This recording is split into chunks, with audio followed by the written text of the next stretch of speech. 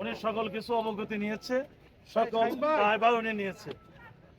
Government উপর level পর্যন্ত যেভাবে মেসেজ দেওয়া দরকার মেসেজ দিয়ে দিয়েছে। আমি শুধু আপনাদেরকে বলতে চাই যে আমাদের 7 জনকে কুবাইছে। আসলে আমরা আমাদের সাবেক এমপি মহোদয় 27 তারিখে হজে যাবে, সেই প্রেক্ষাপটে ইউনিয়ন আওয়ামী লীগের প্রেসিডেন্ট সেক্রেটারি আমাদের 10 জন চেয়ারম্যান, মেয়র এবং থানা আওয়ামী লীগের 67 জন মানুষকে তারা তার বাসায় দোয়া মাহফিলে দাওয়াত দিয়েছে। সেইখানে প্রথমে যাওয়ার পথে আমাদের সল্লা দশিকে বারবার চেয়ারম্যান, আমাদের থানা আওয়ামী লীগের ভারপ্রাপ্ত সাধারণ সম্পাদক ছিল, এখন সিনিয়র ভাইস প্রেসিডেন্ট মালিক ভুঁইয়া সাহেব, উনি 7 দিন আগে 2টা রিং পড়াইছে। ওনার ওই গাড়িটা ওই গাড়িটা নতুন গাড়ি, একবারে ওই গাড়িটার মধ্যে একবার আক্রমণ করছে, তার ড্রাইভারে। এখানে যারা আছেন সবাই একটু প্লিজ শুনেন। আমার নাম মোহাম্মদ শরীফুল হক, আমি সিনিয়র সহকারী police super Kalihati circle, Kalihati থানা এবং বোয়াপুর থানা, এই 2টা থানা আমি তদারকি করি।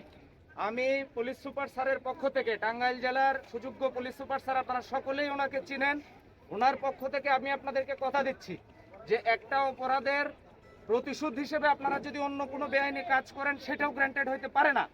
আমি আইন শৃঙ্খলা রক্ষাকারী বাহিনীর পক্ষ থেকে, কালিহাতী থানার পক্ষ থেকে আমি আপনাদের সবাইকে আশ্বস্ত করতেছি যে এটা আইনানুগ, যে ঘটনা ঘটছে সেটার আইনানুগ, যারা যারা এটার সাথে জড়িত এবং শনাক্ত করে প্রয়োজনীয় আইনগত ব্যবস্থা আমরা গ্রহণ করব।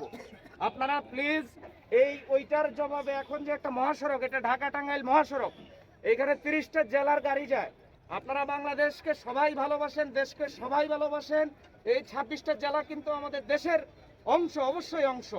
এখানে 2 পারে অজস্র গাড়ি ঘোড়া আটকে আছে, অসংখ্য যাত্রী, তাদেরকে কষ্ট দেওয়ার কোনো মানে হয় না। আপনারা একটা অন্যায়ের প্রতিবাদে আর একটা অন্যায় করার প্রয়োজন নাই। আপনারা সবাই সেন্সেবল, সবাই বুঝেন এই এলাকার একটা সুনাম আছে, এলাঙ্গা এলাকার একটা ঐতিহ্য আছে।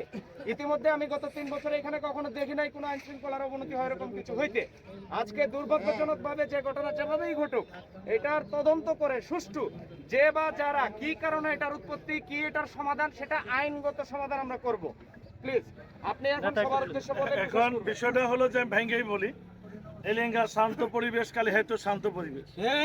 আমাদের মহান নেত্রী শেখ হাসিনা বাংলাদেশের রাষ্ট্রীয় ক্ষমতা, তার প্রতি শ্রদ্ধা রেখে জনগণকে আমরা দুর্ভোগে দেব না। কিন্তু আজকে যে ঘটনাটি ঘটেছে, আমাদের এখনো 5 জন চেয়ারম্যান আটকে পড়ে রয়েছে। যারা আছে ওইখানে আমাদের টিম আছে, ওসবকে বলে দেন দয়া করে ভিত্তিতে কাজ করতেছে এবং কাজ করবে। আমরা যেটা চাচ্ছিলাম সেটা আমি বলি আগে, যে আমরা শান্তি চাই সবসময়।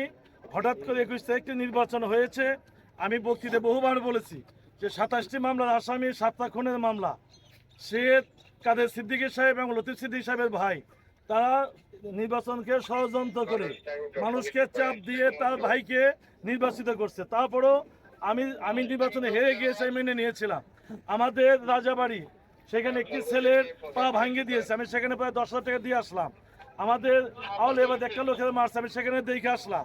আজকে বিকাল ওইখানে যাব, সেই প্রেক্ষাপটে মালিক ভুঁইয়ার অবস্থা খুব একটা ভালো না, ড্রাইভারকে এখানে প্রায় 4টা সেলাই করা হয়েছে। আমি ওনাকে, যেহেতু এসপি মহোদয় নাই, ডিসি মহোদয়ের সাথে আমার কথা হয়েছে, ওনাকে আমি অনুরোধ করব যে এলাঙ্গা শান্ত পরিবেশ দেখছেন, আমাদের অভিষ্ট এলাঙ্গা, 72 ঘন্টার মধ্যে যদি এই সন্ত্রাসীদের আইনের আওতায় আপনারা না নিয়ে আসেন, আমরা 72 ঘন্টা পরে আবার কিন্তু এই রাস্তা আমরা আমি বলি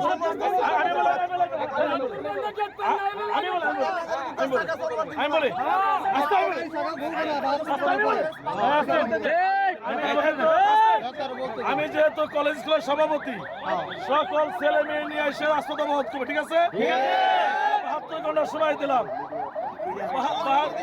72 ঘন্টা পরে আপনাদেরকে নিয়ে এলেঙ্গার সকল ছাত্র ছাত্রী নিয়ে আমরা রাজপথ অবরোধ করবো। এই কথা বলে